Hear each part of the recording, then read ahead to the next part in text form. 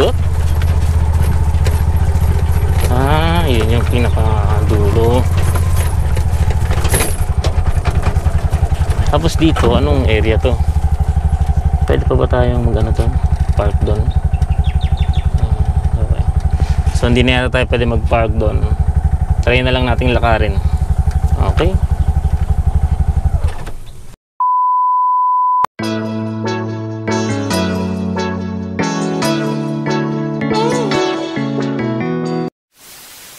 So iiwan mo natin si Buknoy dito. Ayan. At pupunta tayo dun sa area na maraming tao. Parang malapit siya sa ilog. Doon banda. Doon. Ayan, yan. Pupunta na yan. Kasi palagi ko may hirapan na akong mag-backing doon. Maraming tao doon eh. So dito ko na iniwan si Buknoy. Naliligaw na rin ako landas. So ayan si Buknoy natin. Ayan. Wala pang paligo. Paliliguan ko rin yan mamaya pagbalik. So samahan nyo ako. Punta natin. Titingnan naman natin kung ano doon. Ngayon, kung meron daan doon papunta sa Timbao Dam, tingnan natin. Baka pwede tayong sumaglit. Okay? So ito yung binabaybay natin. Pababa ito. Yan. So tingnan natin kung ito na yung ilog. Dapat tayo punta. Maraming tao eh. So nandito na tayo sa part kung saan tinadaanan ng Carmona River o ilog na Carmona. So binabaybay ko lang tong area na pwedeng puntahan. So ito siya. Actually malinaw yung tubig. Yan. So ito. Taas nga ng mga kawayan. Yan. So malinaw yung tubig, no? Dahil ko mamaya dumaan. So may nakita kong parang doon. So ayon sa mga nasalubong kong bata kanina, ito daw yung tinatawag na barangay malamig na pinaliliguan, parang paliguan ng mga tao, which is yun nga yung nire-research ko na nakaraan doon sa internet. Sadly, dahil alam ko itong part na to ay itong area na itong kinalalagyan ko kasama yung ilog, part ito ata ng private property, I don't know, or yung kabila. Kasi tingnan nyo ngayon, pinapadira na siya. Ayan. So sa malamang pag yan napadira na, hindi ka na basta-basta makapunta dito, or kung hindi naman isasagad hanggang doon. Ito yung pag-umpisa ng padang. Siguro banda doon yung sinasabi nating pasong buhangin. Ayan. Oh, diba? Linaw ng tubig. Ayan. Sana magpadiran lahat kasi para makaligo pa rin yung tao kasi di ba? Hindi naman lahat ng tao may pambayad para makaligo, lalo na ganitong summer. So may nakita ko parang punan ng tubig ng bukal. Doon. So ayan yung banda na yan. Tingnan natin kung makatawid ako doon. Kaya ako nagsinyelas eh. Ayan pangit ang pa ako. Dahil alam kung matuloy tayo doon sa Timbao Dam, tawiran doon. Tayo doon. Ang labig ng tubig. Ang sarap namuwid. So pabaliktad pala yung flow nito. Mula doon papunta dito. So papunta sa amin to. Yung area kasi namin papunta doon. Tingnan natin to. Yeah. Ito yung parang batis. Yan. Kung nakita ko naliligo kanina, siguro nag-ipon sila ng tubig ito pang banlaw. Galing yun dun sa bundok. Kaya kung kadugtong to ng dabilan, siguro kasi dito sa part na to, dabilan na to eh. Ayan. Sarap maligo.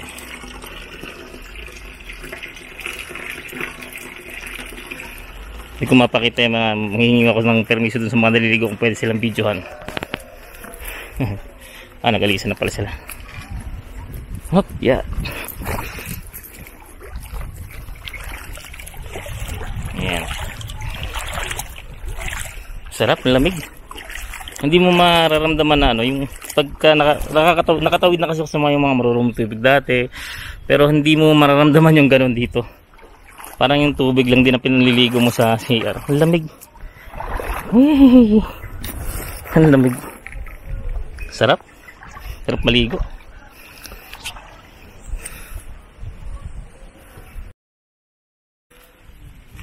So ayun, nadaanan ko yung mga naliligo sa mababaw, di ko na sila kinuhanan para for privacy nila. And meron tayong nakita dito. So ayun, pwede naman tumawid kasi mababaw lang yung tubig. Ako nga tumawid eh, pero wag na natin kalam kung ano yung nasa ilalim niya, o baka drainage ng tinatayong ano yan dyan, kung ano man. So maganda rin tambayan ng mga ano yan. So ito yung dugtong. Doon tayo nang galing sa likod, no? Doon sa likod tayo galing. Naki-excuse lang tayo dun sa mga naliligo. Hindi ko na sila binidyo for privacy. As ito yung pinuntahan natin. Well, pwede siya sa bata kasi mababaw lang. I don't know pagka malakas lang ulan. Ayan. Sarap dito, magandang sarap yung hangin.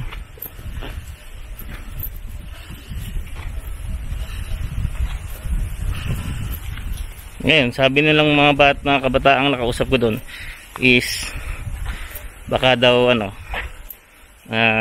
tawag ito, padiran na rin hanggang dito. Sayang naman. Ito naman ay bigay ng kalikasan. So hanggang dito na lang tayo, hindi na tayo lalayo. Ayan. So yun yung kanina nakita natin na parang ano, drainage. Ayan. So mataas, no? Bato talaga pala to. And then yan. And then may mga tao pa doon naliligo. Sabi ng mga kausap ko doon, may bayad na daw doon 20 kasi malalim na. Pero parang wala nang daanan dito. Ayan. So may tao nga doon sa taas. So nilalagyan nila ng bato ito para kahit paano maipon yung tubig. Malamig. Ayan, malamig yung tubig.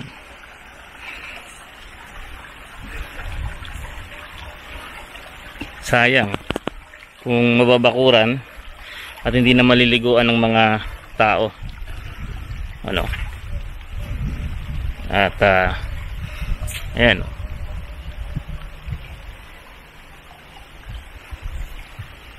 Ako lang gustong maligo dito eh. Diba? So balik na tayo, hindi na tayo maglalayo pa. Kuhanan ulit natin ilog. Ang ganda dito. Yung ingay lang ng maririnig mo eh, yung parang ibon. Yan, kung naririnig nyo. Tapos yung lagaslas ng tubig galing sa ilog. Yan, tsaka yung mga ilan tao na nagpapalamig dito dahil mainit nga. So hindi pa naman madumi yung ano, yung ilog. Kaya lang meron ka talaga maispat ang mga konting basura.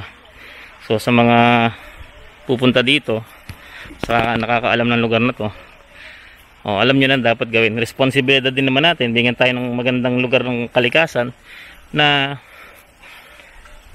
huwag nating kalatan. Lalo na pagka binawi sa atin to, no? So yun, may mga bato rin ulit doon. Kung curious ako dun sa itsura nun, hindi ko na siya pupuntahan. Ganda.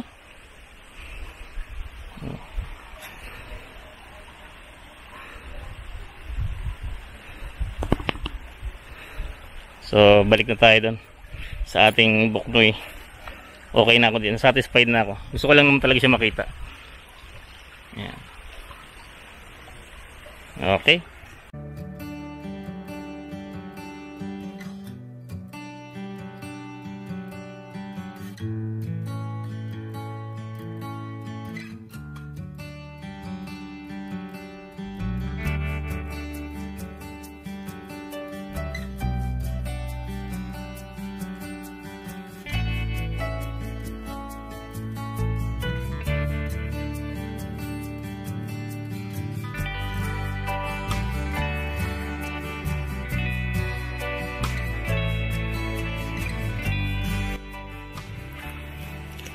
So ito yung daan paakyat.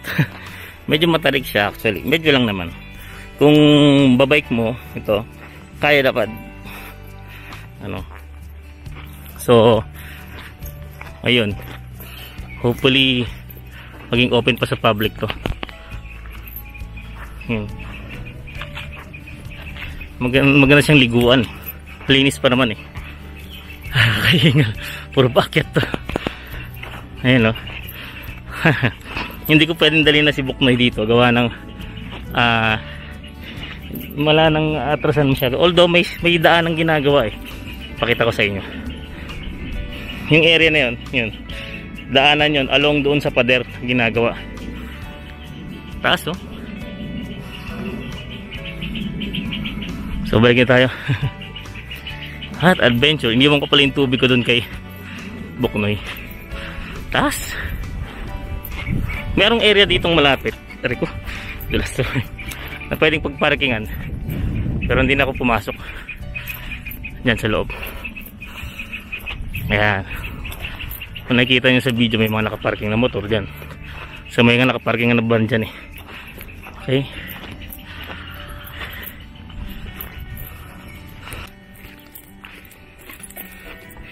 so hanggang pa sa dulo si Buknoy dun.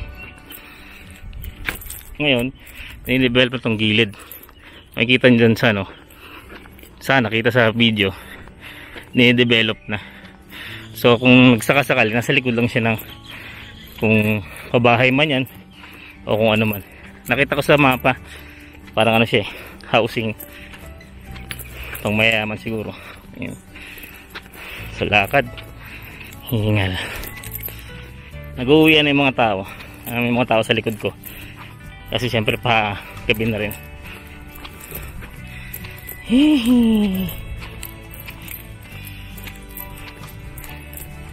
At least nakita ko yung area kung saan may lumalangin na. Nakita nyo, narinig nyo. Ayan, no?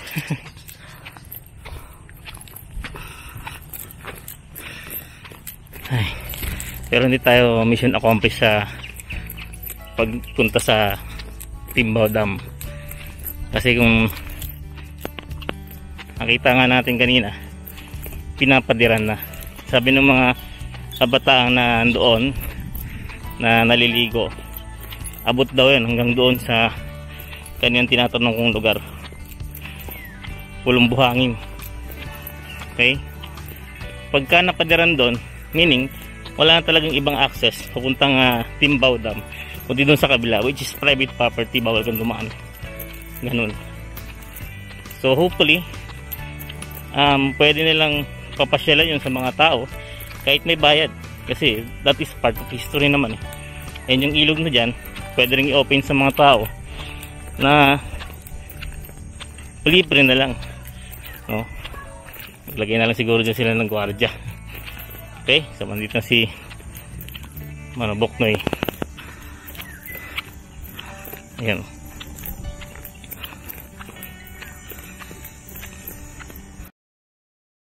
Yun, uwian na. Hey. Ay, teka, hindi natin na ilagay yung, kasi may ingay ito pag walang tali eh. Ayan, yung mga insekto. So failed tayo sa pagpunta sa Timbao Dam. Failed tayo sa pagpunta dun sa ano ba yan, yung Pulong Buhangin. Pero hindi tayo failed sa pagpunta sa lugar kung saan dumadaan yung Carmona River na may naliligo. Ang tawag ng bata nung tinatok kanina is yung daw malamig. Let's go home. At gusto ko rin namang paliguan si Buknoy. At dadaan na naman tayo dito sa matinding pagsubok. Yeah. Kawawang shock ni Buknoy. So satisfied ako sa gala natin ngayon. Hindi naman ako totally mission failed. Di lang natin nakita yung gusto natin makita, yung Timbao Dam. Mukhang mas lalo nang mahirap puntahan ngayon dahil may mga pader na. No? Ay nako. Anyways, pag-aari nila, wala tayong magagawa. Private property. Pero sama man lang sa government ay makakuha naman sila ng kahit paano, dahil yung area na yan na nililiguan ng tao libre ay para naman sana sa tao na lang. Magkakapiraso lang ng mga area. Hindi naman maapektuhan yung buong subdivision siguro kung subdivision yung tinatayo dyan. Kawawa naman. Kung nakikita nyo sa part ng video na to natin, ano, ito yung inabot pa ng sunog. So nagsimula dito, kahit sa mga dinaanan natin ngayon doon, meron pa. So simula, so, damay ito. Buti hindi tumawid sa kabila, may mga bahay dito. Oh. Kudos pala sa ano, sa Binyan City Fire Department. Kasi in-address nila to kanina. Kita ko, naabutan ko sila kanina na ano, ina-address nila. Ang kaba ko lang dyan, umuusok pa. Ibig sabihin, meron pang ano yan. Meron pa nga, oh. Meron pang apoy. Teka.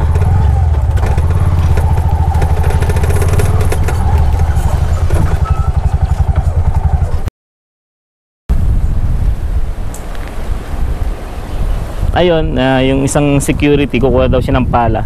Kasi sabi ko, hindi titigil yung apoy na yan. Ayun, kung makita nyo doon banda, sana, natusok na ako kanina. May ano pa pala, dito. Lalaki pa yan, lalo na itong mga shell ng coconut shell na ginagawang uling yan eh. So pag nasimindi yan, ay lalaki pa yan. At madadamay pa niya to. Eh yun pa nga, umuusok. Basta umuusok pa, meron pa yung possibility na susunog pa yan. So ito pa, ito yung malapit to. Kawawa naman yung mga bahay na malapit dito, yung mga pabahay doon at itong dito. Kasi mauusukan na. Yun pa oh, malakas pa yung apoy doon. Ko lang kasi ma-zoom in eh.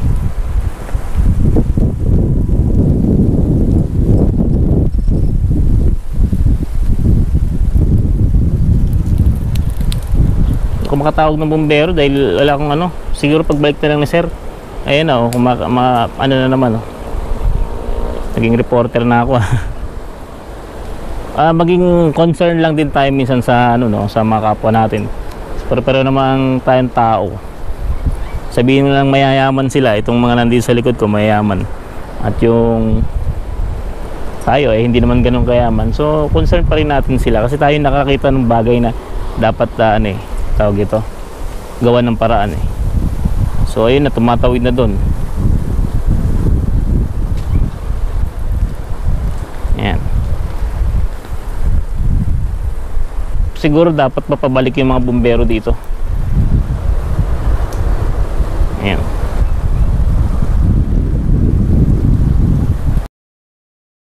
So nakauwi na tayo ngayon ng bahay at car wash ko na rin si Boknoy. Punta tayo dun sa hinuhulugan 5 piso yung pressurized car wash. Ang problema lang no, mula dun sa video na nag-stop tayo dun sa apoy, nag-aapoy na gubat. Yung video na na-record ko dun dito sa ating GoPro, wala na pala yung GoPro. And papunta doon sa car wash, nag-SD error, so hindi na-record yung mga pinagsasabi ko doon. Kaya nag-record ako ulit ng pagdugtong. So ano ba yung nangyari pag alis natin doon? Pag alis natin doon, ina-address na ni Sir Guard yung apoy para hindi kumalat. At sabi ko sige, iwanan ko na siya dahil pauwi na rin ako. Sabi niya sige, kaya naman na daw niya, sabi sa akin. And then dumiretso nga tayo sa car wash para magpa-car wash na. Hopefully maapulan na yung apoy doon. Kasi una-una kawawa yung mga tao doon kasi subdivision yun eh. Pangalawa, mauubos yung gubat doon pagka nasunog. Sayang yung mga puno, sayang yung mga pananim. And then ano pa ba? So yun na lang naman siguro no. Salamat sa pagsama niyo sa akin sa adventure ko. So, hindi man natin napuntahan yung Timbao Dam dahil hindi natin alam kung saan papunta doon. At private property kasi yun, kaya hindi tayo pwedeng mag-ano doon. Ay napuntahan naman natin yung place kung saan naliligo yung mga tao dahil ang tawag dito, yun sa ilog ng Carmona. And sa mga mga subscriber natin diyan, like our videos, pa-share na lang no para sa ating mga kasama ring may mga Bajaj. And of course, tawag ito, so mga hindi pa nakasubscribe, subscribe na kayo. So hindi ko alam kung matutuloy pa yung susunod na gala ko with Bajaj to Tagaytay sa April 6, kung saan sinabi ko gusto ko makasama yung ibang mga Bajaj owner na private owner no, para makagala rin kami. At the same time, ma-lecture ko sa kanila ano ba yung mga dapat at di dapat sa pagpunta na, pag sa daanan, kumbaga kung saan tayo dapat dumaan, saan tayo bawal dumaan. Yan, maraming interested tingnan ko kung magpo-post ulit ako dun sa group na yon. Okay, salamat sa mga interesado pala sumali sa grupo namin ng tri-wheelers na private owner, no? Yung mga private use. Ilalagay ko sa description yung group. Sali kayo doon. Pag-usapan natin lahat mga pwede pag-usapan tungkol sa three-wheelers. Meron din kami exclusive na Bajaj RE owner, mga private user, no? So ilalagay ko rin sa description. Kuya Den, salamat sa pagsama sa natin ng adventure na yun. Salamat Kuya Den, signing off.